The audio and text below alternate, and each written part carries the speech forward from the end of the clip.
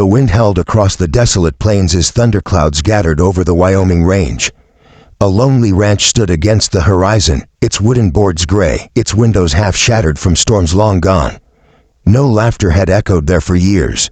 No woman's voice had whispered inside its walls since his wife died. Elias Creed, known in town as the Silent Rancher, worked that land alone, with only his 6-year-old son, Caleb, and the biting cold for company. He rarely spoke, not because he couldn't, but because there wasn't much worth saying anymore.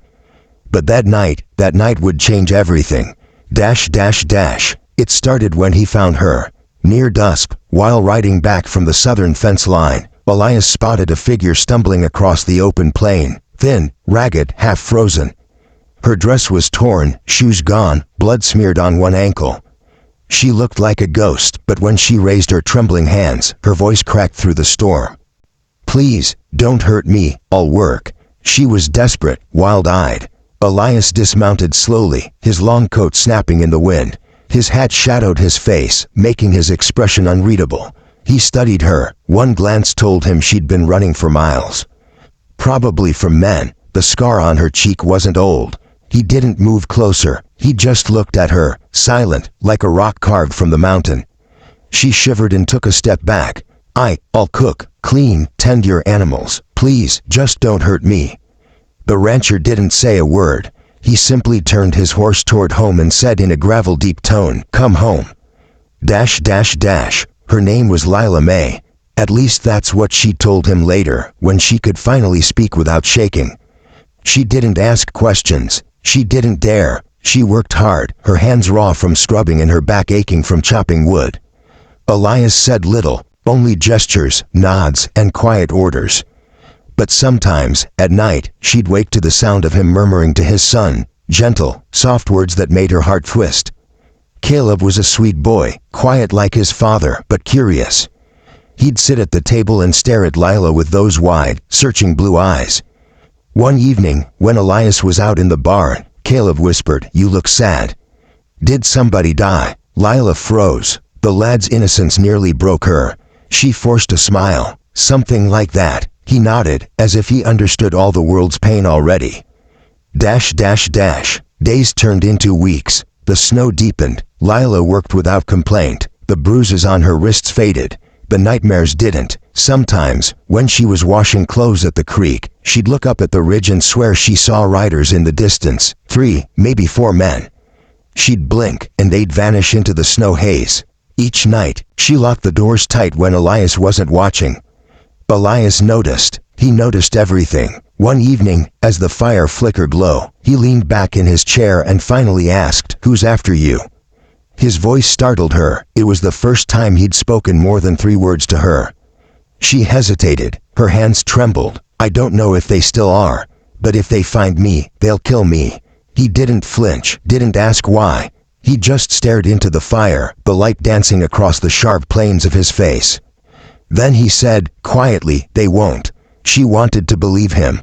God help her, she wanted to. 3 nights later, the riders came. Lila woke to the distant sound of hooves. At first, she thought she was dreaming again, but then she heard the creak of saddle leather and the jangle of spurs.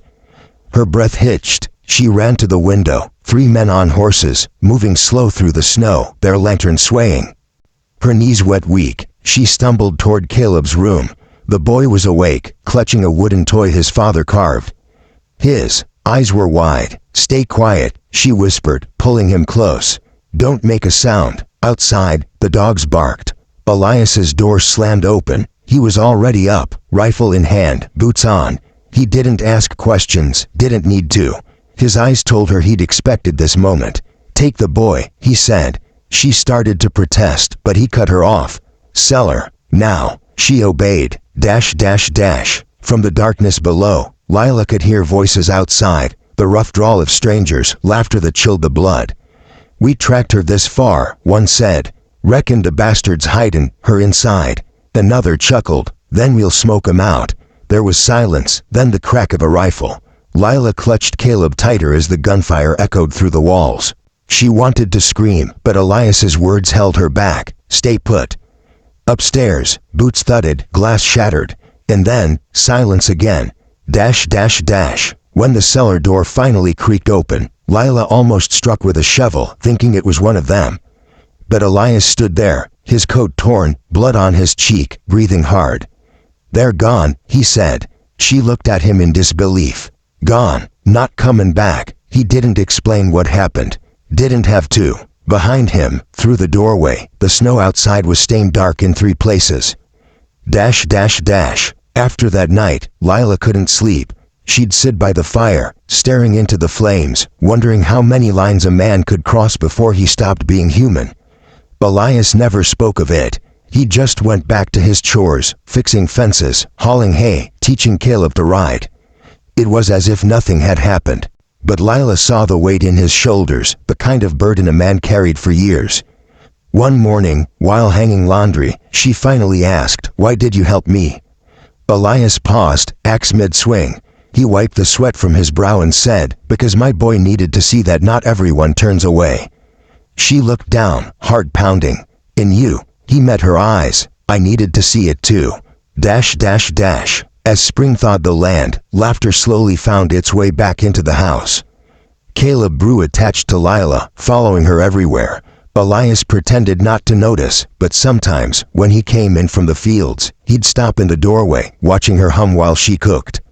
It was a sound he hadn't heard since his wife's passing, a gentle, human sound that didn't belong to ghosts. Still, he said nothing. Then one afternoon, a stagecoach arrived from Cheyenne carrying a federal marshal.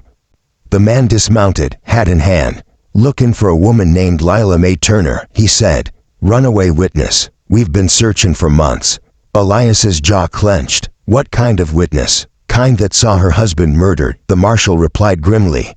"By his own brothers." Lila stepped forward, her face pale as death. "They killed him because he wanted to leave the gang," she said quietly. "And they would have killed me too if I hadn't run." The marshal nodded. "You're safe now, ma'am. But we'll need you to testify." "They'll hang if you do." Elias didn't say a word. That night, after the marshal left to rest, Lila sat alone by the fire. Elias approached, leaning on the doorframe. "You'll go?" he asked. She looked up at him, tears glistening. "If I go, I might never come back." He nodded once. "Then don't go alone." Her breath caught. "You mean, I'll take you." The journey to Cheyenne was long and dangerous.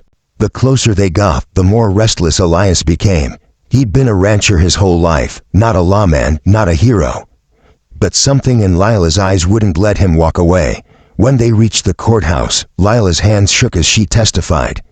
She'd told everything, the robbery, the killing, the escape. She didn't cry until she looked at Elias sitting in the back, hat low, silent but steady. Afterward, the judge commended her bravery. The outlaws were sentenced to hang. But Lila didn't feel brave. She felt empty. When she walked out of the courtroom, Elias was waiting by the rail. Caleb held his hand. "Is it over?" she whispered. Elias nodded. "It's over." She took a deep breath, the weight finally lifting from her chest. "Then where do I go now?" He studied her for a long moment, then said what he'd said the first night they met, only softer this time, almost like a promise. "Come home." Back at the ranch, life returned to its quiet rhythm, but the silence between them had changed. It was no longer empty, it was full of unspoken words, shared glances, and the kind of peace two broken souls could only find in each other. Lila would watch Elias work from the porch, his strength steady, his voice low when he spoke to his boy. Sometimes he'd catch her looking, and for a moment, something would flicker in his eyes, something warm, alive. One evening, as the sun sank behind the hills, Caleb tugged at Elias's coat and whispered, "Pa, are we gonna keep her forever?" Elias looked down at his son, then at Lila standing by the doorway, the sunset painting her hair gold. He took off his hat, stepped forward, and said quietly, "If she'll stay." Lila smiled through tears. "I'm already home." And for the first time in years, the silent rancher spoke more than just words. He spoke a life back into being. The wind outside carried the scent of spring, and inside that old house, something even rarer bloomed, hope. Because sometimes, the hardest men carry the gentlest hearts. And sometimes, a single word, "come home," can save a soul.